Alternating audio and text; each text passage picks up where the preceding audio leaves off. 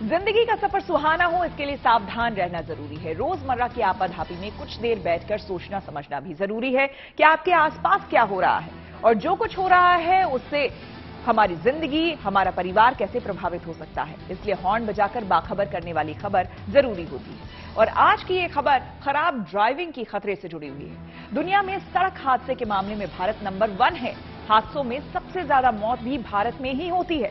लेकिन अब एक नई स्टडी के मुताबिक दुनिया के ऐसे देश जहां सबसे खराब ड्राइविंग होती है या सबसे खराब ड्राइवर्स होते हैं, उनमें भारत भी शामिल है। यानी कि गाड़ी चलाने के मामले में हम अनाड़ी तो नहीं, लेकिन बेहद लापरवाह है।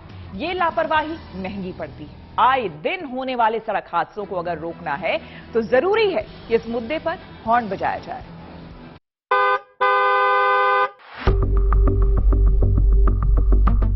गाना गाकर प्यार से समझाइए, चाहे डराने के लिए सख्ती दिखाइए। सड़क पर हम हिंदुस्तानियों को हौले हौले, आराम से और संभल कर ड्राइव करने की नसीहत समझ नहीं आती। सड़क पर सबसे आगे निकलने की रेस में हमने खराब ड्राइविंग की ऐसी मिसाल कायम की है कि दुनिया में हमारी चर्चा है। एक सर्वे के मुताबिक भारत दुनिया के उन देशों में शामिल है जहां सबसे ज्यादा खराब ड्राइवर्स हैं। यकीनन ये तमगा ऐसा नहीं जिसे गर्व के साथ गले में लटकाया जाए, बल्कि ये गंभीरता से सोचने वाली बात है, क्योंकि इसका दूसरा पहलू ये है कि सड़क हादसे और हादसों में होने वाली मौत के मामले में भी भारत दुनिया में सबसे आगे है। इसलिए जरूरी है कि खराब ड्राइविंग के खतरे पर हॉर्न बजाया जाए। पहले ये समझिए कि ड्राइविंग को लेकर एक बीमा कंपनी की तरफ से करवाए गए सर्वे में भारत कहाँ है। 50 देशों में स्टडी के बाद अच्छी और खराब ड्राइविंग की लिस्ट बनाई गई। खराब ड्राइवर्स वाले देशों की लिस्ट में भारत नंबर 4 पर है, थाईलैंड नंबर 1, पेरू नंबर 2 और लेबनान नंबर 3 पर है। अच्छे ड्राइवर्स की लिस्ट में नंबर 1 जापान है। यूरोप के नीदरलैंड और नॉर्वे का नंबर जापान के बाद है। लेकिन चिंता की बात है कि भारत अच्छी नहीं बल्कि खराब ड्राइविंग लिस्ट में टॉप देशों के साथ है।